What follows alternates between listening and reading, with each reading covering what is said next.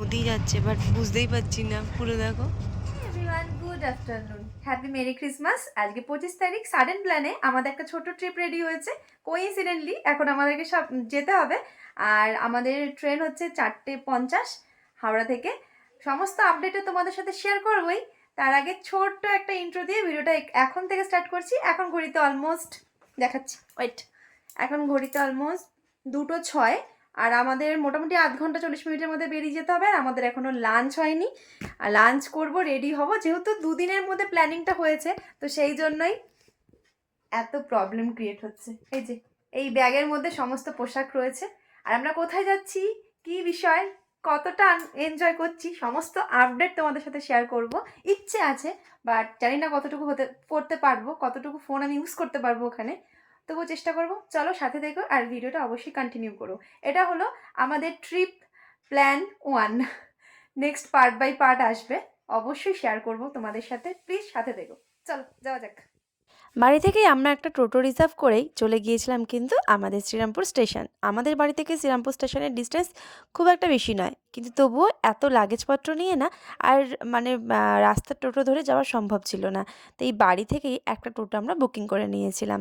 আর এই যে রাস্তায় যাওয়ার সময় দেখো, নিজের যে একটু ক্লিপ নেবো তারও উপায় নেই, এত জার্কিং হচ্ছে যে আমি যেন মনে হচ্ছে দুলছি। তারপরে পৌঁছে গেলাম শ্রীরামপুর স্টেশনে। শ্রীরামপুর স্টেশনে গিয়ে দেখলাম ট্রেন লেট। আর এই যে আমাদের শ্রীরামপুর, তখন মনে হচ্ছিল বাই বাই শ্রীরামপুর। এটা বলেই আমরা রওনা দিই আমাদের নেক্সট ডেস্টিনেশনের উদ্দেশ্যে। এইদিকে ফাইনালি ট্রেন এসেও গেল। এবার কিন্তু আমরা উঠবো ট্রেনে, এবং ট্রেনে উঠে আমরা চলে গিয়েছিলাম কিন্তু একদম হাওড়া স্টেশন। এই যে হাওড়া স্টেশনে নেমেও গিয়েছি। আর নেমে যাওয়ার পর দেখলাম যে আমাদের ট্রেন তখনও ঢোকেনি, তাই অপেক্ষা করতে লাগলাম। আর আমাদের যে কোচে সিট ছিল সেইখানে গিয়ে সামান্য ওয়েট করতে করতে ফাইনালি আমাদের ট্রেন এসে গেল। তারপরে ওই যে কিছুটা ক্লিপিংস যেগুলো হয়ে থাকে ঘুরতে যাওয়ার আগে, ওই এক্সাইটমেন্টে কয়েকটা ফটো ভিডিও করে নিয়ে ফাইনালি কিন্তু আমরা ট্রেনে চেপেও পড়লাম। ট্রেনে চেপে পড়ার পর এই যে দেখো, আমি জানলা দিয়ে খানিকটা বাইরের দৃশ্য দেখতে থাকলাম আর হাই বললাম। ফাইনালি 1.5 ঘন্টা পর ট্রেন স্টার্টিং। মানে বসে বসে বিরক্ত হয়ে যাচ্ছিলাম, ভাবি যে 1 ঘন্টাতে আমরা কতটা অধৈর্য হয়ে যাই, কিন্তু কোনো কোনো স্টেশনে আমাদের কতক্ষণ ধরে অপেক্ষা করতে হয় দেখেছো। বিরক্ত হয়ে চকলেট খাচ্ছে ও। আর এখন বসে নখ খাচ্ছিল। আমি বললাম নখ কেন খাচ্ছ, বাড়ি থেকে এত খাবার এনেছি, চকলেট খাও। আমাদের এখনো না খাবার দিয়ে যায়নি, যেহেতু ট্রেন লেট, খাবার দিয়ে যায়নি, নাহলে এতক্ষণে মোটামুটি স্ন্যাক্স দিয়ে যায়। খাবারের কথা বলতে না বলতেই চলে এসেছে আমাদের ইভিনিং স্ন্যাক্স। আর যেহেতু ট্রেন লেট ছিল তাই একটু দেরি হয়েছিল দিতে। আর এই যে মোটামুটি আমাদের এখন স্ন্যাক্স সার্ভ করা হয়ে গেছে, 2টো প্লেট কিন্তু রেডি। কী কী দিয়েছে দেখে নাও এখানে। আমি না ট্রেনের ভেতরে ওইভাবে বলে বলে ভিডিও খুব একটা করতে পারি না, বাট তাই সেই জন্যই কিন্তু পরে ভয়েস ওভার দিচ্ছি, যেহেতু ট্রেনটা দুলছে।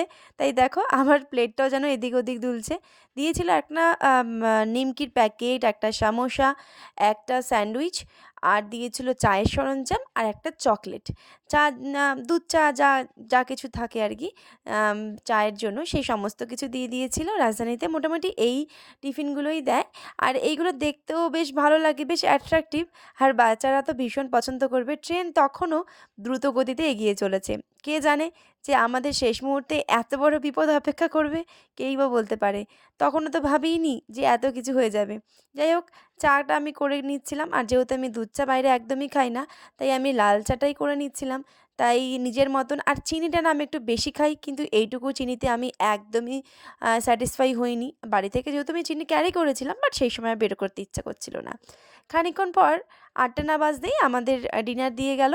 এবং ডিনারে ছিল আজকে ভাত, রুটি, ডাল, সবজি আর ডিম ছিল সম্ভবত। আমার ঠিক খেয়াল নেই, আর আমি খুলে খুলে দেখাতেও পুরোটা ভুলে গেছিলাম। তবু যতটুকু দেখাচ্ছি দেখে নাও। এখানে বোধহয় একটা ভাজা রয়েছে, সবজি ভাজা। রুটি ছিল, রুটিটা দেখেই বুঝতে পারছো। একটা প্লেটে ভাত ছিল আর একটা প্লেটে ডাল ছিল। তবে রাজধানীর খাবারের কোয়ালিটি নিয়ে কোনো কথা হবে না, খুবই ভালো। যেহেতু আমাদের ট্রেন লেট ছিল, তো সেখানেও কিন্তু আমাদের একটা এক্সট্রা ফুড প্রোভাইড করেছিল। আর তারপর অলমোস্ট খাবার দাবার পর আমার যেহেতু মিডলে সিট ছিল, লোয়ারটা আমাদের ছিল না, মানে সাইড লোয়ারটা আমাদের ছিল না, ওখানে আমরা জাস্ট বসেছিলাম। তো তখনও কোনো প্যাসেঞ্জার ওঠেনি, তবু আমি আমার সিটেই শুয়ে পড়েছি এসে। আর এখানে দেখছিলাম যে ও কাজ করছিল। আর ফাইনালি সকাল হয়ে গেল, তখন ও আপারে মানে ঘুমোচ্ছিল আর আমি লোয়ারে এসে একটুখানি ক্যাপচার করছিলাম। রাতে দেখেছিলাম একজন টিটি স্যার এই মানে সিটটাতে শুয়েছিলেন, তো বুঝলাম এটা ওনার জন্যই বরাদ্দ ছিল। তারপর এই যে চা, দুজনে চা বানিয়ে নিয়েছি, ও দুধ চা, আমার র চা। তখন মোটামুটি 9টা সাড়ে 9টা বাজে, বাট তবুও দেখো বাইরেটা দেখে পুরো কুয়াশা, কিছুই দেখা যাচ্ছে না। তবুও মনে হলো একটু হালকা করে গুড মর্নিং বলি সবাইকে। So hello everyone, good morning. 26th-এর একটা মর্নিং ভাইবস আর সবার সাথে শেয়ার করছি। সবাই কেমন আছো? আশা করছি সবাই ভীষণ ভালো আছো। গুড মর্নিং করতে করতেই চলে এসেছে খাবার। এই ট্রেনে উঠেই না মনে হচ্ছিল যেন শুধু খাওয়া ঘুমানো আর খাওয়া ঘুমানো, এই করতে করতে যেন দিন কেটে যাচ্ছে। ব্রেকফাস্ট এসেছিল ডিমের অমলেট, তার সাথে একটু সবজি, আর এখানে ছিল ব্রেড আর একটা ম্যাঙ্গো জুস, আর দিয়েছিল ছোট্ট একটা বাটার। ব্রেড তো খাইনি, তাই বাটারটাও নষ্ট হয়ে গেছে। আর এখানে বাটার ছিল, একটা সস দিয়েছিল আর চায়ের সরঞ্জাম যা যা দেয় সেইগুলোই। এইভাবে মোটামুটি অনেকটা সময় কেটে গেল। এরপর চলে স্টেশন ঢুকছে কানপুর, আর কানপুর স্টেশন আসার আগে অনেকটা আমরা অপেক্ষায় ছিলাম, এবং তখন থেকে অলমোস্ট টেনশন শুরু হয়ে গেছে যে আমাদের ট্রেনটা অলমোস্ট আজকে অনেকটা লেট করছে। আমি শিওর কিছু করার নেই। তো কানপুরে যেহেতু আমার পিসির সাথে একবার দেখা করার ছিল, আর পিসি তো আসার জন্য ভীষণই এক্সাইটেড ছিল। সে তো মানে মোটামুটি 2 ঘন্টা ধরে স্টেশনে অপেক্ষা করেছে আমাদের জন্য, কিন্তু আমরাই যেতে লেট করেছি, দেখেছো? টু মাচ এক্সাইটেড আমরা, টু মাচ এক্সাইটেড। তার সাথে চা, এই যে দুজনের, একজনের দুধ চা, একজনের লাল চা, তার সাথে বিস্কিট আছে। বিস্কিট খাওয়া হয়ে গেছে বেশিরভাগটাই।